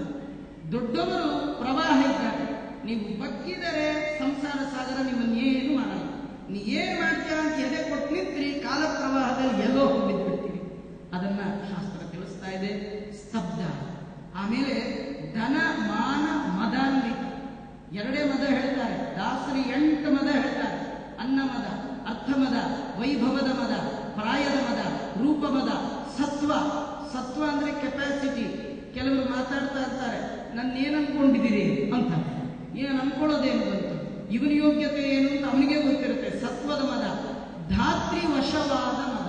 ಧಾತ್ರಿ ಅಂದ್ರೆ ಸೈಟ್, ಮನೆ, ವಶವಾದ ಮದ. ಇದು 7 ಮದ. 7 ಮದ ಇಲ್ಲದೆ ಇದ್ದವ್ರಿಗೆ ಒಂದು ಮದ ಬರ್ತದೆ. ಅದ್ಯಾವುದಂದ್ರೆ, ಇನ್ನು ತನಗೆದುರಿಲ್ಲ ಎಂದೆಂಬ ಮದದಿಂದ ಭಿನ್ನಹಕ್ಕೆ ಬಾಯಿಲ್ಲವಯ್ಯ ಅಂತಾರೆ. ದಾನ ಧನ ಮಾನ ಮದಾನ್ವಿತ ಆಸುರಂ ರಾವ ಪಾಪನ್ನ. ಆಸುರಿ ಬುದ್ಧಿ. ಆಸುರಿ ಬುದ್ಧಿ ಇದ್ರೆ ನಾನೇ ದೇವರು ಅನ್ನೋ ಬುದ್ಧಿ. ದೇವರ ಗುಣಗಳನ್ನ ನಮ್ಮ ಮೇಲೆ ಆರೋಪ ಮಾಡಿಕೊಳ್ಳೋದೇ ಆಸುರಿ ಬುದ್ಧಿ. ನಂಗೆ ಸಮ ಯಾರು, ನಾನೇ ಎಲ್ಲ ಮಾಡ್ತಿರೋದು, ಹೀಗೆಲ್ಲ ಯಾರು ಅನ್ಕೊಳ್ತಾರೆ, ಇದು ಆಸುರಿ ಬುದ್ಧಿ. ದೈವಿ ಸಂಪತ್ ವಿವರ್ಜಿತ. ದೈವಿ ಸಂಪತ್ತು ಅಂದ್ರೆ ಸಂಪತ್ತು ಒಂದೇ. ನಾನು ಸಂಪಾದನೆ ಮಾಡಿದೆ ಅಂದ್ರೆ ಆಸುರಿ ಸಂಪತ್ತು. ಭಗವಂತ ನೀ ಕೊಟ್ಟೆ ಅಂದ್ರೆ ದೈವಿ ಸಂಪತ್ತು. ಇಷ್ಟೇ, ಸಂಪತ್ತು ಒಂದೇ. ನಾನ್ ಕಷ್ಟಪಟ್ಟೆ, ನಂಗೆ ಬಂತು, ನಾನ್ ಮಾಡಿದ್ದಕ್ಕೆ ಇಷ್ಟ ಆಯ್ತು, ಹೀಗೆ ಅನ್ಕೊಂಡ್ರಿ ಆಸುರಿ. ನನ್ನ ಹಾಗೆ ಎಷ್ಟೋ ಜನ ಮಾಡಿದ್ದಾರೆ, ಆದ್ರೆ ಯಾರಿಗೂ ಇಲ್ಲದ ನನಗೆ ಬಂದಿದೆ ಅಂದ್ರೆ ಇದು ನನ್ನ ಪ್ರಯತ್ನ ಅಲ್ಲ, ಭಗವಂತನ ಪರಮಾನುಗ್ರಹ. ದೇವರು ಕೊಟ್ಟದ್ದು. ನಿನ್ನ ಒಲುಮೆಯಿಂದ ನಿಖಿಲ ಜನರು ಬಂದು ಮನ್ನಿಸುವರೋ ಮಹಾರಾಯ. ಎನ್ನ ಪುಣ್ಯಗಳಿಂದ ಈ ಪರಿ ಉಂಟೇನೋ, ನಿನ್ನದೇ ಸಕಲ ಸಂಪತ್ತು. ಧರ್ಮರಾಜ ಕಾಡು ಹೋದಾಗ 10,000 ಜನ ಪರಮಹಂಸ ಸನ್ಯಾಸಿಗಳು ಅವನ ಹಿಂದೆ ಹೋಗಿದ್ರು. 88,000 ಜನ ಗೃಹಸ್ಥರಿದ್ರಂತೆ. ಪ್ರತಿನಿತ್ಯ 1,00,000 ಜನಕ್ಕೆ ಊಟ ಬೇಕಾದ ಅನ್ನ ಹಾಕ್ತಿದ್ರಂತೆ, ಬೇಕಾದ ದಕ್ಷಿಣೆ ಕೊಡ್ತಿದ್ದ. ಕೃಷ್ಣ ನೋಡಿ ಧರ್ಮರಾಜನಿಗೆ ಅಂದ, ಕೃಷ್ಣ ಏನಪ್ಪಾ ನಿನ್ನ ಮಹಿಮಾ. ಅದಕ್ಕೆ ಧರ್ಮರಾಜ ಅಂದ, ಎನ್ನ ಪುಣ್ಯಗಳಿಂದ ಈ ಪರಿ ಉಂಟೇನೋ, ನಿನ್ನದೇ ಸಕಲ ಸಂಪತ್ತು. ನನ್ನ ಯೋಗ್ಯತೆ ನಂಗೆ ಗೊತ್ತಿಲ್ವಾ? ಒಬ್ಬ ಹೆಂಗಸಿಗೆ ಅನ್ನ ಹಾಕುವುದಕ್ಕೆ ತಬ್ಬಿಬ್ಬುಗೊಂಡೆ ಅಂದು ಎಂದು ವನವಾಸಕ್ಕೆ ಹೊರಟ ಸಂದರ್ಭದಲ್ಲಿ 2 ಹೆಂಗಸರು ಹೊರಟರು. 5 ಜನ ಗಂಡಸರು, 2 ಹೆಂಗಸರು, ಒಂದು ಕುಂತಿ, ಒಂದು ದ್ರೌಪದಿ. ದ್ರೌಪದಿ ಸಹಚಾರಿಣಿ, ಸಹಧರ್ಮಿಣಿ, ಹೋಗ್ಬೇಕೆ. ಕುಂತಿ ವಿದುರ ಹೇಳಿದ, ಅಮ್ಮ ನೀವು ಬೇಡ ಬಾ ಅಂತ ಕರ್ಕೊಂಡ. ಆ ಒಬ್ಬ ಹೆಣ್ಣನ್ನ ಕರ್ಕೊಂಡು ಹೋಗ್ಲಿಕ್ಕೆ ನಾನು ಹಿಂದೂ ಮುಂದೂ ನೋಡಿದೆ. ಇಷ್ಟು ನಿರ್ಭರದಿಂದ ಇಷ್ಟು ಜನಕ್ಕೆ ಊಟ ಹಾಕೋ ಭಾಗ್ಯ ನಿನ್ನದೇ ಸಕಲ ಸಂಪತ್ತು. ಹಾಗಾದ್ರೆ ದೇವರು ಎಲ್ಲರಿಗೂ ಕೊಡ್ತಾನೆ, ಕೊಟ್ಟು ನೋಡ್ತಾನೆ, ಕೊಡದೆ ನೋಡ್ತಾನೆ. ಡಾಕ್ಟ್ರು ಶುಗರ್ ಟೆಸ್ಟ್ ಮಾಡೋದು ಎರಡು ರೀತಿ, ಒಂದು ಊಟಕ್ಕೆ ಮುಂಚೆ, ಒಂದು ಊಟ ನಂತರ. ಶುಗರು ರೋಗ, ಈ ಸಂಸಾರ ಅನ್ನೋ ರೋಗ, ಇದು ಟೆಸ್ಟ್ ಎರಡು ರೀತಿ. ಒಂದು ಕೊಟ್ಟು ನೋಡ್ತಾನೆ, ಕೊಡದೆ ನೋಡ್ತಾನೆ. ಸುಖವಾಗಲಿ ಬಲು ದುಃಖವಾಗಲಿ ಸಖ ನೀನಾಗಿರೋ ಪಾಂಡುರಂಗ. ಸ್ವಾಮಿ ಕೊಟ್ರೂ ನೀನೆ, ಕೊಡದಿದ್ರೂ ನೀನೆ. ವಿಪದ ಸಂತುನ ಶಾಶ್ವತ ತತ್ತ ತತ್ತ ಜಗದ್ಗುರು. ಭಗವಂತ ಬೇಕಾದ ವಿಪತ್ತು ಬರಲಿ, ವಿಪತ್ತು ವಿಪತ್ತಲ್ಲ, ನಿನ್ನ ವಿಸ್ಮರಣೆ ದೊಡ್ಡ ವಿಪತ್ತು. ನಿನ್ನ ಮರೆವು ತರುವ ಸಂಪತ್ತಿಗಿಂತಲೂ ನಿನ್ನ ನೆನಪಿರುವ ವಿಪತ್ತೇ ದೊಡ್ಡದು ಅಂತ ಕುಂತಿ ಪ್ರಾರ್ಥನೆ ಮಾಡಿದ್ದನ್ನ ನಾವು ಭಾಗವತದಲ್ಲಿ ಕೇಳ್ತೇವೆ. ಅದರಿಂದ ಸತ್ಸಂಗತಿ ಪರಾಂಗ, ದೈವಿ ಸಂಪತ್ ವಿವರ್ಜಿತ, ಅನೇಕ ಚಿತ್ತ ವಿಭ್ರಾಂತ, ಮೋಹಜಾಲ ಸಮಾವೃತ, ಪ್ರಸಕ್ತ ಕಾಮಭಾವೇಶು ನರಕೆ ಪತಂತಿ ಅಶುಚಿಯಾದ ನರಕದಲ್ಲಿ ಇಂಥವರೆಲ್ಲ ಬೀಳ್ತಾರೆ. ಆದರೆ ಯೇ ನರ ಜ್ಞಾನಶೀಲಾಚ್ಚ ತೇಜಾಂತಿ ಪರಮಾಂಗತಿಂ. ಯಾರು ಸದಾ ಜ್ಞಾನವನ್ನ ಪಡೆಯುವ ಹಂಬಲ ಇದೆ, ಯಾರಿಗೆ ಜ್ಞಾನದ ಹಸಿವಿದೆ, ತಿಳಿಬೇಕು, ದೇವರ ಬಗ್ಗೆ ತಿಳ್ಕೊಳ್ಬೇಕು. ವೇದಾಂತ ಸಂತತ ಕೃತಾಂತರಸನ್ನ ವಿದ್ಮಃ ಶ್ರೇಯೋ ಲಭೇಕ ಹಿಮ್ಮೈತಂ ವಯಂಬತೇತಿ. ವೇದಾಂತದಲ್ಲಿ ಸಂತತವಾಗಿ ಹರಿಯುವ ಭಗವಂತನ ಚಿಂತನೆಯನ್ನ ನಿರಂತರ ಯಾರು ಮಾಡ್ತಿರ್ತಾರೆ, ತೇಯಾಂತಿ ಪರಮಾಂಗತಿ. ಆಚಾರ್ಯರು ಅದನ್ನೇ ನಮಗೆಲ್ಲ ತಿಳಿಸ್ತಾರೆ. ಶುಭೇನ ಕರ್ಮಣ ಸ್ವರ್ಗಂ ನಿರೇಂಚ ವಿಕರ್ಮಣ ಮಿಥ್ಯಾ ಜ್ಞಾನೇನ ಚ ತಮಃ ಜ್ಞಾನೇನೈವ ಪರಂಪದಂ. ಭಗವಂತನ ಮಾತಿಗೆ ಹನುಮನ ಮತವೇ ಹರಿಯ ಮತ. ಭಗವಂತನ ಮತ ಏನರ ಜ್ಞಾನಶೀಲಾಚ್ಚ ತೇಜಾಂತಿ ಪರಮಾಂಗತಿ. ಪಾಪಶೀಲಾ ನರಾಯಾಂತಿ ದುಃಖೇನ ಯಮಯಾತನಂ. ಪಾಪೀನಾಂ ಮೈಹಿಕಂ ದುಃಖಂ ಯಥಾ ಭವತಿ ತತ್ಸೃಣು ತತಸ್ಥೇ ಮರಣಂ ಪ್ರಾಪ್ಯ ಯಥಾ ಗಚ್ಚಂತಿ ಯಾತನ. ಪಾಪಿಯಾದ ಮನುಷ್ಯ ಇಹಲೋಕದಲ್ಲಿ ಎಂಥ ದುಃಖವನ್ನ ಅನುಭವಿಸ್ತಾನೆ. ಪಾಪಿಗೆ ಇಲ್ಲೂ ಸುಖವಿಲ್ಲ, ಅಲ್ಲೂ ಸುಖವಿಲ್ಲ. ನೋಡಿ, ಪಾಪಿ ಇಲ್ಲಿದ್ರೆ ಒಬ್ಬನ ಕಾಟ, ಪಾಪಿ ಸತ್ತೋದ್ರೆ ಇನ್ನೊಬ್ಬನ ಕಾಟ. ಪಾಪಿ ಇದ್ರೆ ಯಾರ ಕಾಟ ಅಂದ್ರೆ ಶನಿ ಕಾಟ, ಪಾಪಿ ಸತ್ರೆ ಯಾರ ಕಾಟ ಅಂದ್ರೆ ಯಮನ್ ಕಾಟ. ಈ ಯಮ ಶನಿ ಇಬ್ರು ಒಬ್ಬೇ ಅಪ್ಪನ ಮಕ್ಕಳು. ಒಬ್ಬಪ್ಪ ಯಾರು ಅಂದ್ರೆ ಸೂರ್ಯ. ಸೂರ್ಯನಿಗೆ ಮೊದಲ ಹೆಂಡತಿ ಸಂಜ್ಞಾದೇವಿ, ಆ ಸಂಜ್ಞೆಯ ಮಗನೇ ಯಮ. ಸೂರ್ಯನ ಎರಡನೇ ಹೆಂಡತಿ ಛಾಯಾ ಮಾರ್ತಾಂಡ ಸಂಭೂತಂ ಸೂರ್ಯಪುತ್ರಂ ಶನೈಶ್ಚರಂ. ಛಾಯೆಯ ಮಗ ಶನಿ. ಆ ಇಬ್ರು ಮಕ್ಕಳು ಅವರಪ್ಪ ಸೂರ್ಯನ್ ಕೇಳಿದ್ರು, ನಮಗ್ ಕೆಲಸ ಕೊಡು ಅಂತ. ಅದಕ್ಕಪ್ಪ ಹೇಳ್ದ, ಒಬ್ಬನಿಗೆ ಭೂಲೋಕದಲ್ಲಿ ಕೆಲಸ, ಇನ್ನೊಬ್ಬನಿಗೆ ಯಮಲೋಕದಲ್ಲಿ ಕೆಲಸ. ಪಾಪಿಗಳು ಬದುಕಿದ್ರೆ ನೀ ಹಿಡ್ಕೋ, ಅವ್ರು ಸತ್ರೆ ನೀ ಹಿಡ್ಕೋ ಅಂತ ಅಣ್ಣನಿಗೆ ಒಂದ್ ಕಡೆ, ತಮ್ಮನಿಗೆ ಒಂದ್ ಕಡೆ. ಇಲ್ಲಿ ಪಾಪಿಗಳು ಬದುಕಿದ್ರೆ ಶನಿ ಕಾಟ, ಪಾಪಿಗಳು ಸತ್ರೆ ಯಮನ ಕಾಟ. ದಾಸರದಕ್ಕೆ ಅಂತಾರೆ, ಇಲ್ಲಿರಲಾರೆ ಅಲ್ಲಿಗೆ ಹೋಗಲಾರೆ. ಇಲ್ಲಿರೋದು ಕಷ್ಟ, ಅಲ್ಲಿ ಹೋಗೋದು ಕಷ್ಟ. ಅದರಿಂದ ಪಾಪಿ ಯಾರಿರ್ತಾನೆ, ಸದಾ ಪಾಪಶೀಲನಾಗಿರ್ತಾನೆ, ಅವನು ಖಂಡಿತ ಅಲ್ಲಿ ಬೀಳ್ತಾನೆ. ಅವನು ಬದುಕಿದ್ದಾಗ ಏನೆಲ್ಲ ಕಷ್ಟಗಳು ಬರುತ್ತೆ ಅದನ್ನು ಹೇಳ್ತೇನೆ. ಸತ್ತ ನಂತರದಲ್ಲಿ ಏನೆಲ್ಲ ದುಃಖವನ್ನ ಪಡ್ತಾನೆ ಅದನ್ನು ಹೇಳ್ತೇನೆ. ಸುಕೃತಂ ದುಷ್ಕೃತಂ ಪಾಪಿ ಭುಕ್ವಾ ಪೂರ್ವಜಂ ಯಥಾರ್ಜಿತಂ. ಒಳ್ಳೆಯದೋ ಕೆಟ್ಟದ್ದು? ನಮ್ಮಲ್ಲೊಂದು ಗಾದೆ ನೋಡಿ, ಮಾಡಿದ್ದು ಮಹಾರಾಯ ಅಂತ. ನಾವು ಮಾಡಿದ್ದನ್ನ ನಾವೇ ಉಣ್ಬೇಕು. ಕೆಲವರು ದಕ್ಷಿಣೆ ದಾನ ಕೊಟ್ಬಿಟ್ರೆ ನಮ್ಮ ಪಾಪ ಹೋಗ್ಬಿಡುತ್ತೆ ಅಂತ ತಿಳ್ಕೊಂಡ್ಬಿಟ್ಟಿದ್ದಾರೆ. ಅದು ಬೇರೆ ಅಕೌಂಟ್, ಅದೇ ಬೇರೆ ಅಕೌಂಟು, ಇದೇ ಬೇರೆ ಅಕೌಂಟು. ನೀವು ಏನೇನ್ ಮಾಡಿರ್ತೀರಿ ಆಯಾಯ ಕರ್ಮವನ್ನ ನೀವೇ ಅನುಭವಿಸಬೇಕೇ ವಿನಃ ಇನ್ನೊಬ್ಬರ ಅನುಭವಿಸ್ಲಿಕ್ಕೆ ಬರೋದೇ ಇಲ್ಲ. ಆದ್ರಿಂದ ಸುಕೃತಂ ದುಷ್ಕೃತಂ ಪಾಪಿ ಭುಕ್ವಾ ಪೂರ್ವಂ ಯಥಾರ್ಜಿತಂ. ಹಿಂದಿನ ಜನ್ಮದಲ್ಲಿ ಏನ್ ಮಾಡಿರ್ತಾನೆ ಅದನ್ನು ಅನುಭವಿಸಲೇಬೇಕು. ಅಂದ್ರೆ ಈ ಜನ್ಮದ ಹಿಂದಿನ ಜನ್ಮ ಅಂತ ಅರ್ಥ ಅಲ್ಲ ಇದು. ಈಗ ನಾವು ಏನು ಅನುಭವಿಸ್ತೀವಿ ಇದಕ್ಕೆ ಕಾರಣವಾದದ್ದು ಇದರ ಹಿಂದಿನ ಜನ್ಮ ಅಲ್ಲ. ಯಾವ ಹಿಂದಿನ ಜನ್ಮವೋ, ಯಾವ ಫೈಲು ದೇವರು ಓಪನ್ ಮಾಡಿ ನಮ್ಗೆ ಶುರು ಮಾಡಿದಾನೋ ಗೊತ್ತಿಲ್ಲ, ಯಾವ ಜನ್ಮದ್ದೋ ನಮಗ್ ಗೊತ್ತಿಲ್ಲ. ಕೃಷ್ಣ ಅಂತಾನೆ, ನತ್ವಂ ವೇತ್ತ ಪರಂತಪ. ಅರ್ಜುನ ನಿಂಗೆ ಗೊತ್ತಿಲ್ಲ, ನಂಗೆ ಗೊತ್ತಿದೆ ಅಂತ. ನಿಂದು ಗೊತ್ತು, ನಂದು ಗೊತ್ತು. ನಿಂದು ಗೊತ್ತಿಲ್ಲ, ನಂದು ಗೊತ್ತಿಲ್ಲ, ನಂಗೆಲ್ಲ ಗೊತ್ತು ಅಂತ ಕೃಷ್ಣ ಭಗವದ್ಗೀತೆ ಹೇಳಿದ್ದನ್ನ ನಾವು ಕೇಳ್ತೇವೆ. ಅದರಿಂದ ನಾವೀಗೆ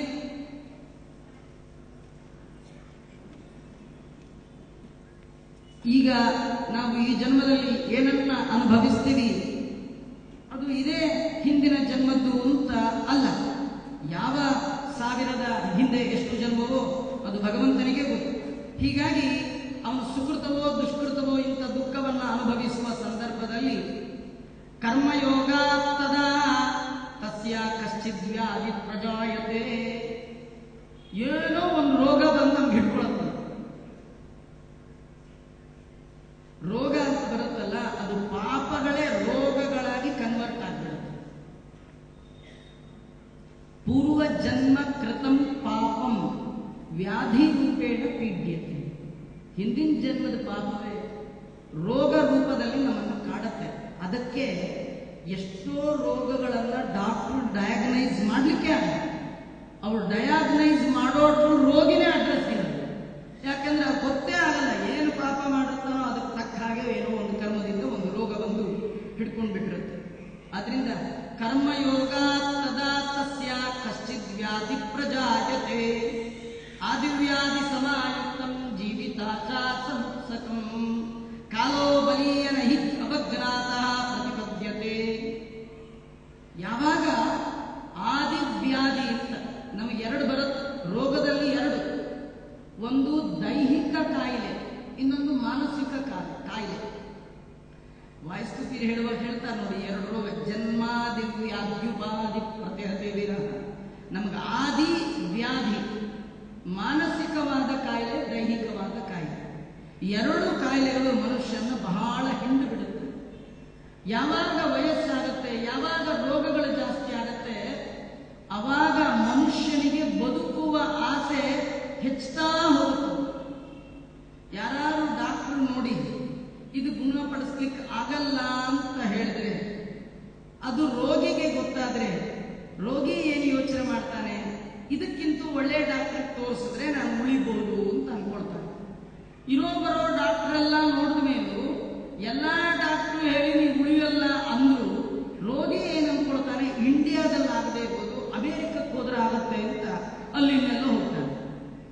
ಎಲ್ಲೇ ಹೋದ್ರು ಹಣೆಯಲ್ಲಿ ಬರೆದು ಬಿಟ್ಟಿತ್ತು ಅಂದ್ರೆ ಯಾವ ಡಾಕ್ಟರ್ಗೂ ಏನು ಮಾಡ್ಲಿಕ್ಕೆ ಸಾಧ್ಯ ಇಲ್ಲ.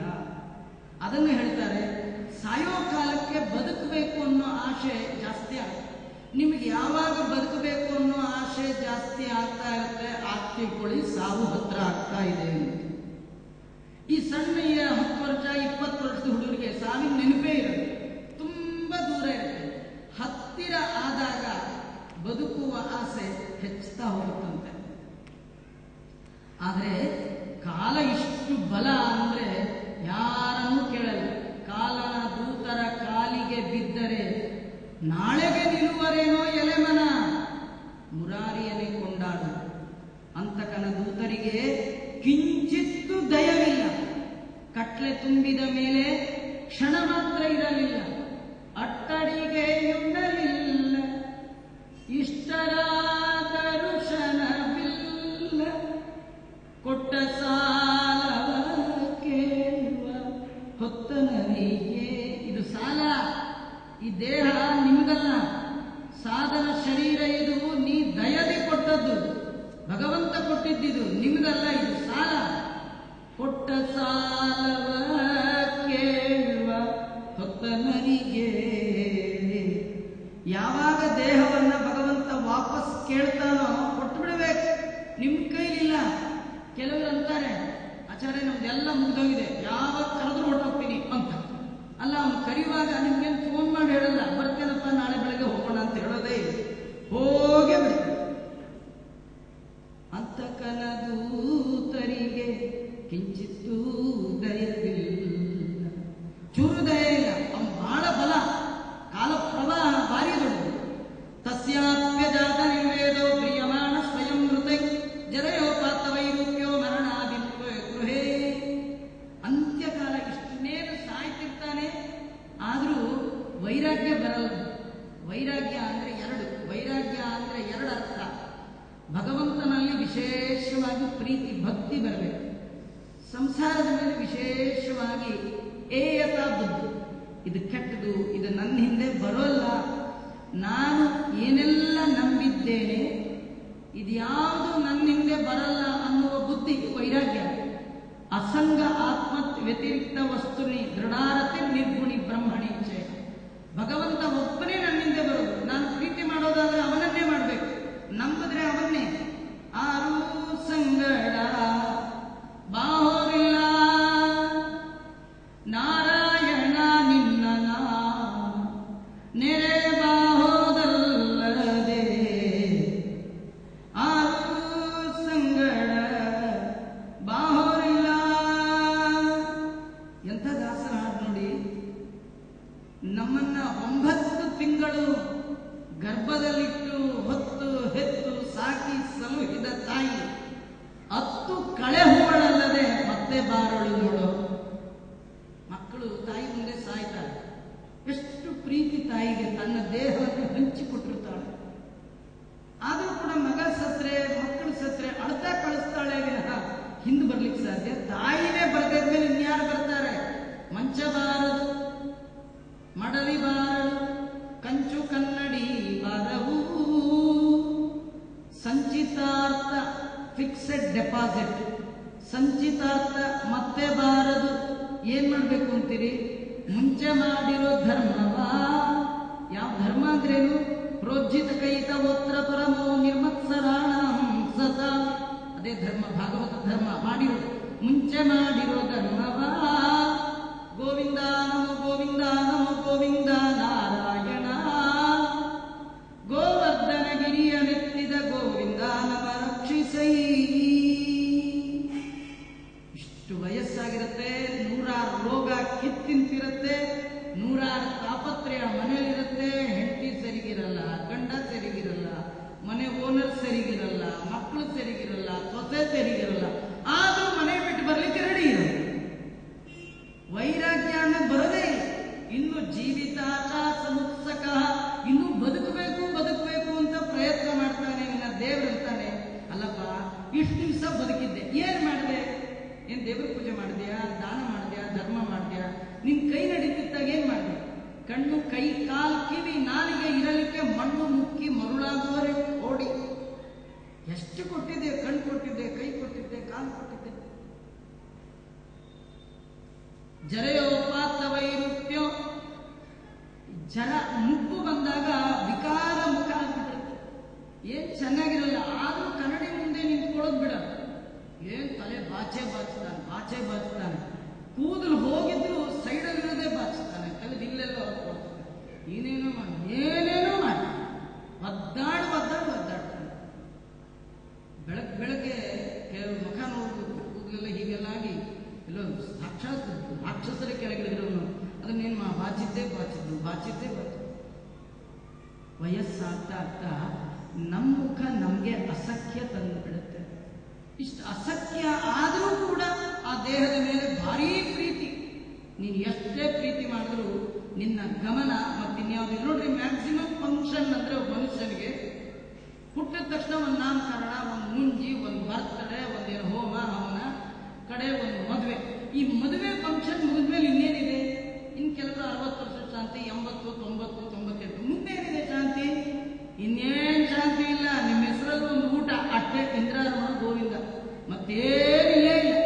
ಇನ್ನೇನಾದ್ರು ಫಂಕ್ಷನ್ ಇದೆಯಾ ಮನುಷ್ಯನಿಗೆ? ನಂದೆಲ್ಲ ಮುಗೀತು, ಇನ್ಯಾವ ಫಂಕ್ಷನ್ ನಾನಿದ್ದಾಗ ಮಾಡಲ್ಲ, ಇನ್ ನನ್ನ ಫಂಕ್ಷನ್ ಏನೇದ್ರು ನಾನು ಹೋದ ಮೇಲೆ ಅನ್ನೋ ಬುದ್ಧಿಯಿಂದ ಆದದ್ದಾಯಿತು. ಇನ್ನಾದರೂ ಒಳ್ಳೆ ಹಾದಿ ಹಿಡಿಯೋ ಪ್ರಾಣಿ ಬರಲ್ಲ. ಆ ಬುದ್ಧಿ ಬರೋದೇ ಇಲ್ಲ. ಎಷ್ಟೋ ಜನ ನೀವು ನೋಡಿ ಅಬ್ಸರ್ವ್ ಮಾಡಿ, ವಯಸ್ಸಾದವರು 80 ಆದವರು ತಮ್ಮ ಕಣ್ಣು ಮುಂದೆ ಯಾರಾದರೂ 70 ವಯಸ್ಸಿನವರು 90 ವಯಸ್ಸಿನವರು ಹೋಗ್ತಿದ್ರೆ ತಾತ ಅಂತ ಕರೀತಾರೆ. ಅಲ್ಲ, ಇವರು ತಾತನೇ, ಆದ್ರೆ ಇವ್ರು ಏನೋ ಹೋಗ್ಬಿಡ್ತಾರೆ, ನಾನು ತಾತ ಅಲ್ಲ. ಆ ಎದುರು ಹೋಗ್ತಿರೋರು ಮಾತ್ರ ತಾತ ಅಂತ. ಇದು ಆಶ್ಚರ್ಯ ಅಲ್ವಾ? ಅದರಿಂದ ಮರಣಾಭಿಮುಖೋಗ್ರಹೇ ಆಸ್ತೇವ ಮತ್ಯೋಪಗೃಹಪಾಲ ಹಿವಾಹರತೆ. ಆ ವಯಸ್ಸಾಗ್ತಾ ಆಗ್ತಾ ಆಗ್ತಾ ಮನೇಲಿ ಹೇಗಿರ್ತಾನೆ ಅಂತ ಶಾಸ್ತ್ರ ಹೇಳುತ್ತೆ. ಗೃಹಪಾಲ ಇವಾಹರಂ, ಅವನ ಕಾಲ ನಾಯಿ ತರ ಕಳಿಬೇಕು. ಏನ್ ನಾಯಿ ತರ? ಕೆಲವರು ಮದುವೆ ಮನೆ ಗಂಡ ಹೆಂಡತಿ ಹೋದಾಗ ಅಲ್ಲಿ ಕೆಲವರು ಕೇಳ್ತಾರೆ, ಅಲ್ರಿ ನಿಮ್ ತಾತನೇ ನಿಮ್ ತಂದೆನೇ ಯಾಕೆ ಕರ್ಕೊಂಡ್ ಬರ್ಲಿಲ್ಲ? ಅಯ್ಯೋ ಅವ್ರು ನಡಿಯಕ್ಕಾಗಲ್ಲ. ಇನ್ನು ಅವ್ರು ಬಂದ್ರೆ ಮನೆ ಕಡೆ ನೋಡ್ಕೊಳ್ಳೋರು ಯಾರು ಹೇಳಿ? ಅದಕ್ಕೆ ಅವ್ರ ಮನೆ ನೋಡ್ಕೊಳ್ಳೋಕೆ ಬಿಟ್ಟು ಬಿಟ್ಟಿದ್ದೀನಿ.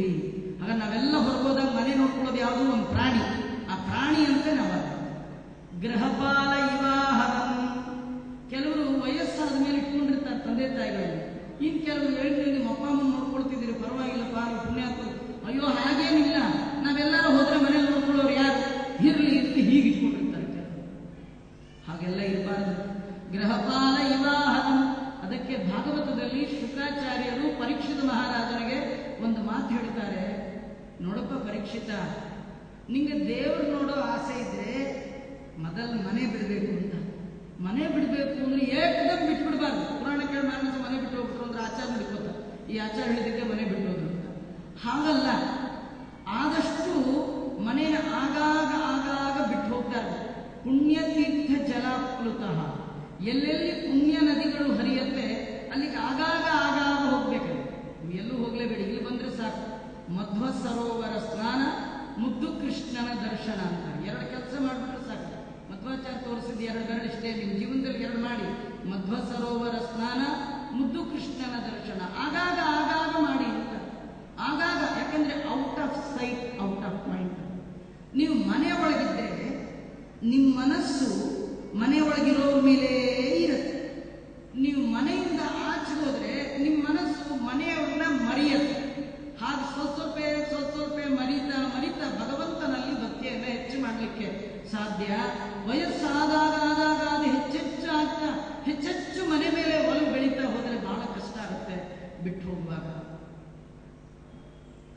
ಆಗ ಸಾಯೋ ಕಾಲ ಬಂದಾಗ ವಾಯುನೋ ಕ್ರಮತೋತ್ತಾರ ಕಪ ಸಮೃದ್ಧಿ ನಾಡಿಕ, ಈ ಗಾಳಿ ಬರ್ಲಿಕ್ಕೆ ಅಂತ ಏನ್ ನಾಳ ಇದೆ, ಆ ನಾಳದ ಒಳಗೆ ಕಫ ಸೇರ್ಕೊಂಡು ಬಿಡುತ್ತೆ, ಗಾಳಿ ಆಡ್ಲಿಕ್ಕಾಗಲ್ಲ.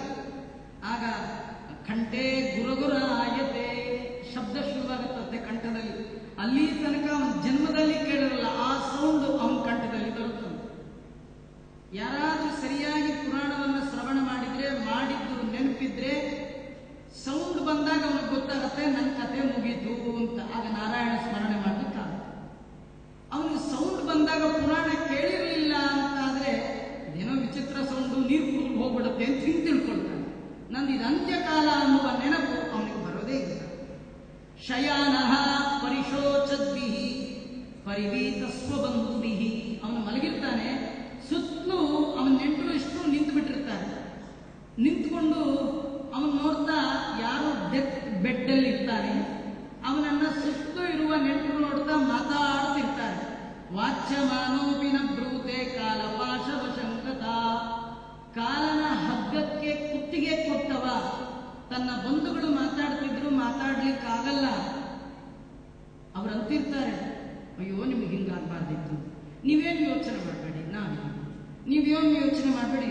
ಈ ಮಲ್ಕೊಂಡವನೇನು ಅನ್ಕೊಳ್ತಾನೋ, ಅಯ್ಯೋ ಅಯ್ಯೋ ನನ್ನ ಸಲುವಾಗಿ ಎಷ್ಟು ಜನ ನಾವಿದ್ದೀವಿ ಅಂತಿದ್ದಾರೆ ಅಂತ. ಆದ್ರೆ ನಿಜವಾಗಿಯೂ ಆ ಮಾತಿನ ಮೀನಿಂಗ್ ಅದಲ್ಲ. ನೀವು ಯೋಚನೆ ಮಾಡಬೇಡಿ, ನಾವಿದ್ದೀವಿ. ಇದರ ಅರ್ಥ ಏನು ಗೊತ್ತಾ? ನಿಮ್ಮ ಪಾಡಿ ನೀವು ಸಾಯಿಲಿ, ನಾವಿನ್ನೂ ಇದ್ದೀವಿ.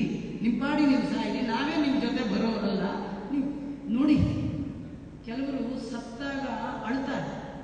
ಅಳೋರ್ದೆಲ್ಲ ಮ್ಯಾಟ್ರ್ ಒಂದೇ, ರಾಗ ಚೇಂಜ್.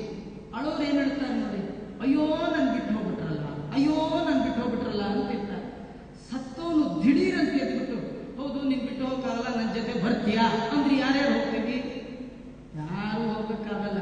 ಆದ್ರೂ ಅಳೋದೇನು, ಅಯ್ಯೋ ನನ್ ಬಿಟ್ಟು ಹೋಗ್ಬಿಟ್ರಲ್ಲ, ಅಯ್ಯೋ ನನ್ ಬಿಟ್ಟು ಹೋದ್ರೆ ಯಾರು ಹೋದಂಗೆ ಇಲ್ಲಿದ್ದೋರಿದ್ದಾಗ. ಆ ಇರೋರು ಅದೇ ಹೇಳ್ತಿರ್ತಾರೆ. ನೀವು ಯೋಚನೆ ಮಾಡಬೇಡಿ, ನಾವಿದ್ದೀವಿ. ನೀವು ಯೋಚನೆ ಮಾಡಬೇಡಿ, ನಾವು ಏನರ್ಥ, ನೀವು ಮಾಡಿರುವ ಅಸೆಟ್ ಬಗ್ಗೆ ನೀವು ಯೋಚನೆ ಮಾಡಬೇಡಿ, ನಾವಿದ್ದೀವಿ. ನೀವು ಎಲ್ಲೆಲ್ಲಿ ಫಿಕ್ಸೆಡ್ ಇಟ್ಟಿದ್ದೀರಿ ನಮ್ಗೆ ಗೊತ್ತಿದೆ, ನೀವೆಲ್ಲೆಲ್ಲಿ ಸೈಟ್ ತಗೊಂಡಿದ್ದೀರಿ ನಮ್ಗೆ ಗೊತ್ತಿದೆ, ನಾವೆಲ್ಲ ನೋಡ್ಕೊಳ್ತೀವಿ. ನಿಮ್ಮ ಬಾಡಿ ನೀವು ಹೋಗ್ತಾ ಇದ್ದೀವಿ ಹೀಗಂತಿರ್ತಾರಿಯೇ ವಿನಃ ಇವನೇನು ಅನ್ಕೊಂಡ್ಬಿಡ್ತಾನೆ ಸಾಯ್ತಿರೋನು, ನಮಗೋಸ್ಕರ ಎಷ್ಟು ಜನ ಇದ್ದಾರೆ, ಯಾರು ಬರಲ್ಲ. ಆರು ಸಂಗಡ ಬಾಹೋರಿಲ್ಲ ಏವಂ ಕುಟುಂಬ ವರ್ಣೇ ವ್ಯಾಪ್ತಾತ್ಮ ಅಜಿತೇಂದ್ರಿಯ, ಎಲ್ಲ ಕಡೆ ಕೈಯಾಡಿಸಿರ್ತಾನ. ಅಲ್ಲೂ ಇದೆ, ಅಲ್ಲೂ ಇದೆ, ನಂದು ಅಲ್ಲೂ ಇದೆ, ಇಲ್ಲಿದೆ, ಇಲ್ಲಿ 100 ಕಡೆ. ಸುಮ್ಮನೆ ಉದಾಹರಣೆಗೆ ಹೇಳ್ತೇನೆ ನಿಮ್ಗೆ ಅರ್ಥ ಆಗಲಿ ಅಂತ. ಒಬ್ಬ ಟ್ರೈನಲ್ಲಿ ಹೋಗೋನು ಒಂದೇ ಬೋಗಿಲಿ ತನ್ನ ಲಗೇಜ್ ಎಲ್ಲ ಇಟ್ಟು ಲಾಕ್ ಮಾಡ್ಕೊಂಡಿದ್ರೆ ಅನುಕೂಲ. ಅದು ಬಿಟ್ಟು ಎಲ್ಲ ಬೋಗಿಗಳಿಗೂ ಒಂದೊಂದು ಕಡೆ ಇಟ್ಕೊಂಡ್ ಬಂದ್ಬಿಟ್ಟಿದ್ರೆ, ಟ್ರೈನ್ ಹತ್ರ ಬಂದು ಸ್ಟೇಷನ್ ಹತ್ರ ಬಂದ್ರೆ ಅವನ್ನೆಲ್ಲ ಬಿಚ್ಕೊಂಡು ಬರೋದೇ ಹಾಗೆ. ಕೆಲವರು ಜೀವನದಲ್ಲಿ ಎಲ್ಲಾ ಕಡೆ ತನ್ನ ಕೈ ಆಡ್ತಾರೆ, ಅಲ್ಲೂ ಇದೆ, ಇಲ್ಲೂ ಇದೆ, ಇಲ್ಲೂ ಇದೆ. ಇಂದ್ರಿಯ ನಿಗ್ರಹ ಇಲ್ಲದೆ ಮಾಡಿದಂತ ಅನೇಕ ಆಸ್ತಿಗಳೇ ಇವನು ಕುತ್ತಿಗೆಗೆ ಬಂದುಬಿಡುತ್ತೆ. ಇಂದ್ರಿಯ ನಿಗ್ರಹ ಇಲ್ಲ. ಮ್ರಿಯತೆ ಹೃದತಾಂ ಸ್ವಾನ ಗುರುವೇದನಯಸ್ತದಿ ತಸ್ಮಿನ್ನಂತಕ್ಷಣೇ ತಾರ್ಕ್ಷಾ ದೈವಿ ದೃಷ್ಟಿ ಪ್ರಜಾಯತೆ ಏಕೀಭೂತಂ ಜಗತ್ ಸರ್ವಂ. ಸಾಯೋ ಕಾಲಕ್ಕೆ ಜಗತ್ತೆಲ್ಲ ಒಂದ್ ಕಡೆ, ತಾನೊಬ್ಬನೇ ಒಂದ್ ಕಡೆ. ಇದರರ್ಥ ತಾನು ನಂಬಿದ ಯಾರು ತನ್ನೊಟ್ಟಿಗೆ ಬರ್ಲಿಕ್ಕೆ ಸಿದ್ಧ ಇಲ್ಲದ ಕ್ಷಣ ಅದು ತಾನೊಬ್ಬನೇ ಬೇರೆ ಅಂತ ಅನಿಸ್ತಾ ಇದೆ. ವಿಕಿಲೇಂದ್ರಿಯ ಸಂಗಾತೆ ಚೈತನ್ಯೇ ಜಡತಾನುಂಗತಃ. ಅವನಿಗಿದ್ದಕ್ಕಿದ್ದ ಹಾಗೆ ಅವನ ಚೇತನತ್ವ ಹುಡುಗೋಗ್ಬಿಡುತ್ತೆ. ಕೈ ಕಾಲುಗಳೆಲ್ಲ ತಾನೇ ಗಟ್ಟಿಯಾದ ಅನುಭವ ಅವನಿಗೆ ಬರುತ್ತೆ. ಇದೆಲ್ಲ ಯಾಕೆ ಹೇಳ್ತಾ ಇದೆ ಅಂದ್ರೆ, ಜೀವನದಲ್ಲಿ ಎಲ್ಲರಿಗೂ ಒಂದಲ್ಲ ಒಂದಿನ ಬರೋದೆ. ಕೈ ಕಾಲು ಗಟ್ಟಿ ಆಗ್ತಿದೆ ಅಂದ್ರೆ ಮತ್ತು ಉಜ್ಜಲಿಕ್ಕೆ ಟ್ರೈ ಮಾಡ್ತಿದ್ದಾರೆ, ಬದುಕ್ಬಿಡ್ತೀನಿ ಅಂತ ಅನ್ಕೋಬೇಡಿ. ನಾರಾಯಣ ಅಂತೂ ಅಂತೀನಿ. ಇದ್ರೆ ಸರಿ, ಇಲ್ದಿದ್ರು ಸರಿ. ದೇವರ ಸ್ಮರಣೆ ಮಾಡ್ಲಿಕ್ಕೆ ಇದೆಲ್ಲ ಪ್ರಿಕಾಷನರಿಯಾಗಿ ಮೊದಲು ಏನೇನಾಗುತ್ತೆ ತಿಳ್ಕೊಂಡಿರಿ ಅಂತ ತೋರಿಸ್ತಾ ಇದ್ದಾರೆ. ವಿಚಲಂತಿ ತದ ಪ್ರಾಣ ಯಾಮೈ ನಿಕಟವರ್ತಿಭಿ. ಯಮನ ದೂತರು ಜೀವನ ಒಳಗಿರುವ ಪ್ರಾಣವನ್ನ ಎಳಿತಾ ಇರ್ತಾರೆ. ಸ್ವಸ್ಥಾಲಿತ ನಿಚ್ಚಾಲಿತೆ ಶ್ವಾಸೆ ಕಲ್ಪ